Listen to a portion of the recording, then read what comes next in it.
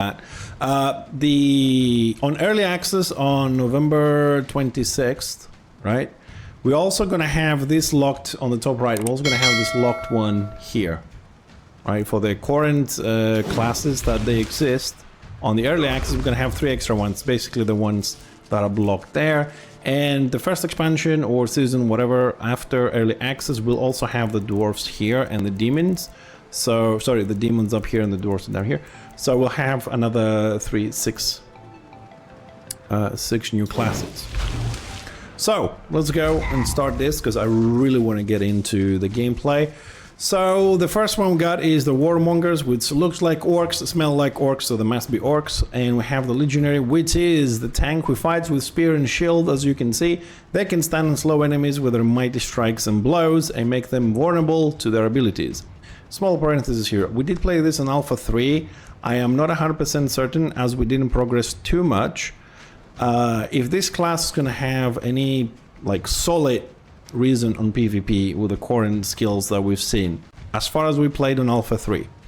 Of course with the builds you might do something else, but I have a question mark there myself. So the abilities of the Legionary is Shield Bash, smashes the enemies in front of them with a shield dealing physical damage. The strike knocks enemies back and makes them vulnerable. If the ability hits an enemy casting a spell, the ability is interrupted and goes on cooldown. So it has 2 functions, knockback, 3, knockback damage and interrupt. It's one of the most powerful ones that the Legionary does have. Then we have Catapult, which is a very interesting skill. You throw the nearest ally or enemy at the target area. The enemies in that area take physical damage. The tossed enemy also takes damage and stuns all vulnerable enemies within the landing area. The tossed ally does not take damage. This is one utility in PvP that's good. You can grab somebody and throw them forward so they can catch somebody. Then we have Spear Throw, which has a significant range. The Legionary readies and throws the spear in the target direction. The throw gains extra range and damage the longer the Legionary spends preparing the launch, the spear. It deals physical damage to all enemies in its path. If the spear hits a vulnerable enemy, it taunts them, forcing to attack the Legionary for 2 seconds. This is slightly part of the PvE stuff. But it's also very good because you can combine the shield that does the knockback and vulnerability, and then you can throw the spear to get that one working. And then we have Unstoppable, which the Legionary removes all crowd control effects on themselves. For 8 seconds they take reduced damage, gain bonus movement speed. The Legionary restores a portion of the health on an enemy kill or assist. That is like the 4th skill, and then you have the other abilities we'll see in the game. The special ability, which is a very nice one, and I say very nice for 2 reasons. As an ability is really good, and it's very easy to play with because you don't do anything. You don't press any buttons, you don't have to make any choices. So each time the Legionary hits a target with an attack, they gain 1% armor and 1% magic resistance for 10 seconds. The effect stacks up to 10 times, that is 10% armor and 10% magic resistances. And when the Legionary has 10 stacks, he converts 15% of armor and magic resistance into bonus attack power, which means you can make yourself very tanky with armor and resistances and your damage goes up. It's best of sin in any game. That is the Legionary on the Warmongers. The second option will be the Shaman, which is a DPS if you like to play Warmongers. Melee fighters coming from a kindred of orcs who can work with animal spirits and command the elements. They yield different fist weapons and mark enemies with their basic attacks. The main 4 abilities are Rip Apart. The Shaman quickly leaps forward to the target, preparing to deliver a series of destabilizing strikes. The next 4 auto attacks reduce the target's armor and magical resistance by 5 units per auto attack for 6 seconds. With 5 charges of elemental power, the target is immobilized for 2 seconds, consumes all charges of the special ability. To understand this, with the 5 charges, every 3rd attack the Shaman does gets 1 elemental charge. It's part of the special ability, which is here, right? Every 3rd auto attack, the Shaman increases his attack speed by 5%. For 7 seconds, it gains a charge of the elemental power. When the number of charges reaches 5, the Shaman can summon the force of the elements to his aid and improve his skills. By activating the special ability, the Shaman switches between the elements of fire, water, and earth over 1.5 seconds. I'm reading the special ability now because that will make clear the other abilities. Totemic Fury, passive. Through meditation, this summon increases both his and the wolf's attack speed and movement speed. When you activate this with 5 charges of elemental power, the shaman can activate the skill and summon a totem within a 6-meter radius for 8 seconds. The type of totem depends on the chosen element in the special skill. So if you have the 5 charges and you activate your special ability, then if it's fire on top, then the fire totem comes down, dealing spell damage, magical damage to enemies within 8 meters, radius every 0.75 seconds. If you have the water element, then a healing totem restores spell power health to the shaman and his allies within 4 meters radius every 0.75 seconds. And if the third element, the earth element, is highlighted on the special ability, then the wolf totem comes out, enhancing the shaman's attack by attack power 8 meters radius. Allies receive 50% on the enhancement. The totem consumes all charges of the special ability. This mechanic is similar to the Blast Medic, we'll see later on the upcoming classes. And the only problem with this and the Blast Medic, because we played Blast Medic last time as well, is that 1.5 second that you have to keep your eye there. Okay, it's fire, 1.5 second, it switches to get the right one. That is the only thing and makes it a little bit. People don't like that so much. Lightning Strike. The shaman gathers electricity from the atmosphere and releases lightning at the target, dealing magical damage spell power. With 5 charges, the elemental power of the cast is instant. Consumes all charges of the special ability. And finally, Call of the Wild. The shaman summons a wolf. There is a strong spiritual connection between the wolf and the shaman. The attack power, attack speed, health, armor, and magical resistances of the wolf are exactly 50% of the shaman's stats. If the wolf dies, the shaman loses 20% of his health. That can be a little bit dangerous, especially if you're fighting you low and somehow your wolf dies, they can actually kill you. Direction to the enemy, the wolf attacks a designated target, and every 5th attack deals additional magical damage. Direction to the shaman, the wolf returns to you. Direction to the wolf, the shaman casts a channeling spell and transfers a portion of his health to the wolf during 5 seconds. Every second, the shaman loses 1% health, and in return, the wolf gains 3%. I don't know about that one, but in most games you just heal them, but this is a life transfer. I suppose it goes along the story of strong spiritual connection. And direction to the position, the wolf runs to the specified place and stays there. If the shaman moves beyond 20-meter radius, the wolf returns to the shaman. So these are the 2 classes for the Warmongers. The next race, if you like, is the Champions. This is the 200 melee DPS, the Destroyer. Melee heroes with a specialization in 200 weapons. They sweep right into battle, dealing massive damage. Fighting in a group, they can support allies restoring their health. We played this as well a little bit. They do a lot of damage, but I find the animation a bit sluggish and I didn't really like it too much. Their abilities are Charge. The Destroyer dashes to the target area and deals physical damage in an area in front of them. All enemies affected by the abilities are slowed. Super good on PvP and PvE because mobs chase you and you might want to jump there, slow them down, run away. Circle Strike. The champion performs a circular strike dealing physical damage. The area has 2 radius zones of impact. Enemies caught within the outer radius zone take increased damage, so the further away the more they take. Third skill, War Cry. The champion lets out a roar and gains a 20-second buff that increases their health and attack power. And finally, Crushing Leap. The Destroyer performs a jump to the specified location. Upon landing, it inflicts physical damage and stuns all enemies in the area. As you can see, all the skills are very good on both PvP and PvE. They have lower defenses, of course, from a tank or the shaman that has the healing, but the damage is fairly high.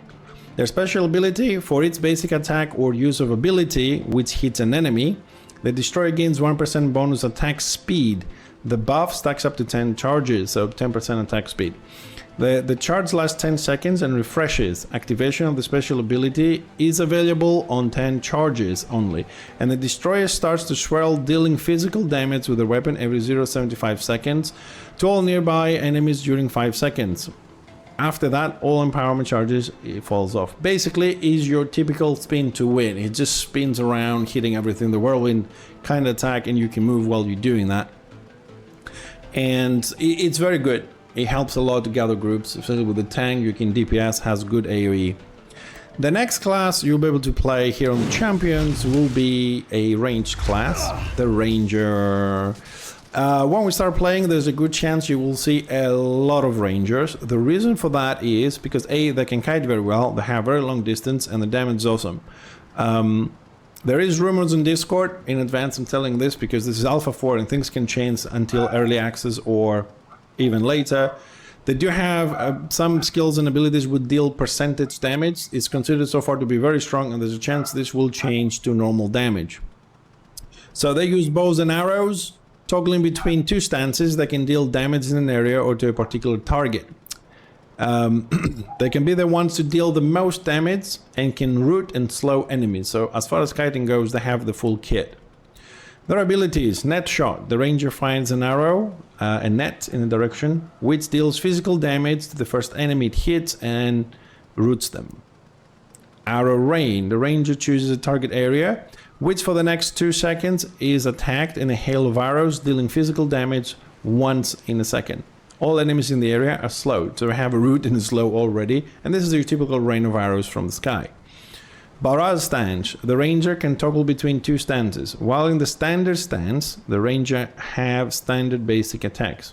When switching to barrage stance, basic attack damage will reduce by 50%, but deal physical damage to the two nearest targets of it hits effect. So you can switch to AoE and single target, but when you go to AoE, you lose 50% damage. Makes sense, most games have similar mechanics when you switch to AoE. And saltation. The ranger fires volley of arrows in front of them, dealing physical damage to all enemies affected by the ability. The ranger leaps 4 meters back. And an escape mechanism for, like I said, the mobs here chase a lot is good, and PvP is also good. So besides the fact that there is possibly an upcoming nerf on this, it's still going to remain one of the best DPS, and I think we'll see a lot of people playing this, especially the ones that want to orientate towards PvP. Then we have the Bomber. These guys are kind of fun. So, first one we have here on the Bomber is the Infiltrator. This is your classic assassin. Is a melee assassin who deals massive damage in a short amount of time. They use double daggers and mines. They can become invisible to foes and easily finish off enemies with low health. On Alpha 3, I didn't see a lot of people play this, only a handful, but I'm assuming, as in any other game, this will be the favorite like PvP class to play. Their abilities: camouflage. Infiltrator uses a device and transitions into invisibility for 7 seconds over 2 seconds. So basically it takes 2 seconds to go invisible, and you have 5 seconds in invisibility. Movement speed while in camouflage is reduced by 20%. Any action breaks the invisibility effect. First damage from invisibility catches enemy off guard, preventing them from using abilities for 2 seconds. Branch stat increases invisibility duration by 1 second per talent. So you can increase the invisibility through your talents. And also, small note, the tank, for example, does get a specific point in the tanking part that he cannot be ambushed, so he cannot be got off guard at any time from any range. So that's a good thing. Mine throw. The Infiltrator throws a mine to the specified location. Upon landing, the mine burrows into the ground. After 1 second, activates and becomes invisible for 30 seconds. If an enemy is within a 2 meter radius of the active mine, it detonates, dealing magical damage, 100% of spell power, and applies a slowing effect to all enemies damaged by the ability for 3 seconds. The mine instantly detonates if an enemy is within 1 meter radius of its landing location. So I suppose it doesn't have to burrow into the ground by then. Only one mine can be active at a time. Brand stats increases mine duration. Carpet bombing.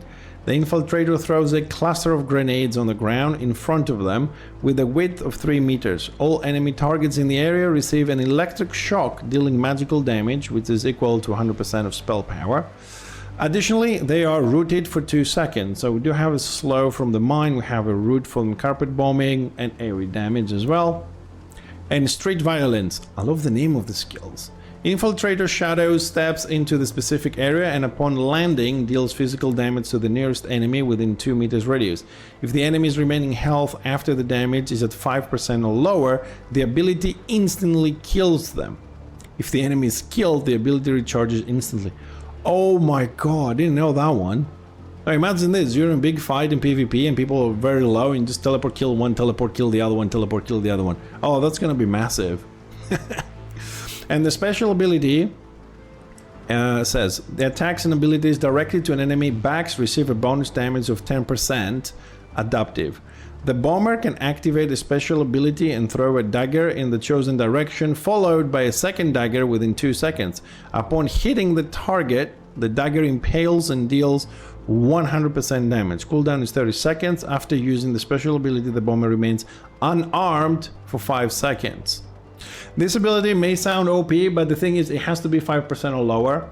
I mean, there's no percentage indication in the game, so you have to really judge what is 5% so it actually works. So from that perspective, we'll see how that's gonna work. And also, after they use the special ability here to do the extra damage with the daggers, 5 seconds unarmed, they can't do anything. So there are some balancing factors there. So for the bomber, the next class you'll be able to choose on Alpha 4 is Blast Medic. Range support heroes who use grenade launchers and can yield various explosives. They heal allies, buff themselves, or use crowd control against enemies and create illusions to trick them. That is the best ability to have, the illusion. So the first one is Dual Purpose Bouncy Bomb. The Blast Medic throws the bomb, which deals magic damage to enemies and heals allies. The bomb ricochets off the targets 2 times. I don't know if it's clear on the little videos on the bottom right, but they do show how that works.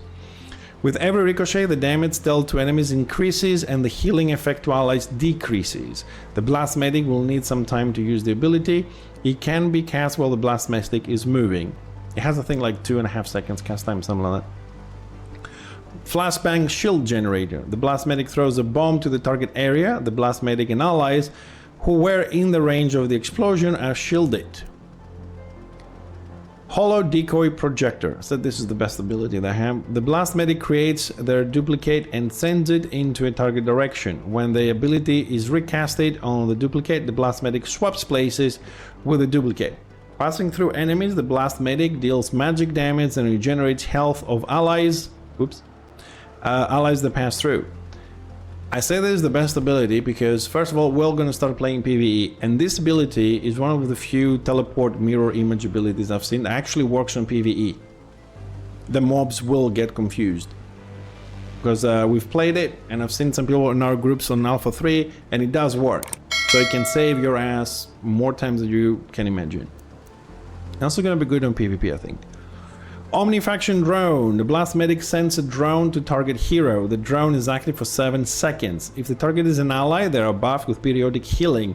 A target gains bonus movement speed. If a target is the Blast Medic, they will be shielded. While the Blast Medic is shielded, their incoming damage will be decreased, and he reflects 10% of the incoming damage. If a target is an enemy and you send the drone, it will be debuffed, taking additional magic damage alongside the damage dealt by basic attacks. All the classes, they have huge kits. We'll see. So the special ability is similar to the Shaman we've seen with the whole timer thing, and this is what some people don't like, is this the way the ability works, not the ability itself.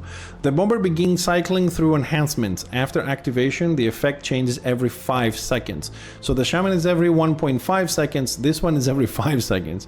Reactivating the ability activates the core enhancement. Enhancement 1, outgoing healing is increased by 20%. Enhancement 2, the bomber delivers for the next 3 auto attacks at maximum attack speed. And enhancement 3, inflicts magical damage is increased. Inflicted magical damage is increased by 20%. So when your special ability is charged up, it starts shifting from green for healing, yellow for attack speed, and red for damage, and it goes like, you know, green, yellow, red, green, yellow, red. Every 5 seconds it changes. You have to press it between those 5 seconds to select the one. But imagine you are kiting, you're looking at the HP of the group, you're trying to help them, and you also have to keep an eye on those 5 seconds, because if you miss it, you have to wait 10 seconds, because you gotta go to red, yellow, and then come back to green. So to enhance your abilities. So that it's a little bit tricky there. That's the same one as the Shaman. I'm just gonna switch quickly, because I'm also recording this for YouTube.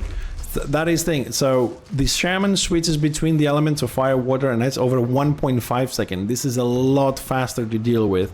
And since you guys voted to play the Shaman, we'll be playing the Shaman, and we'll see how we deal with this. If I can't deal with this, we have a whole month, we can try different classes as well. And these are the 2, 4, 6 classes which are available to us to play today.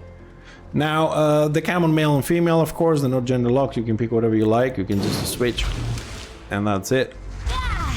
Alright, nothing changes, just the looks. Some girls look very nice.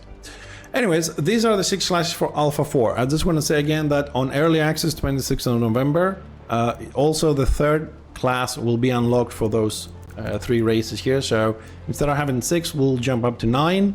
And the first expansion or update, whatever they want to call it, we're going to have these guys here, the demons and the dwarves. That means another 6 new classes to play on November. That's the classes.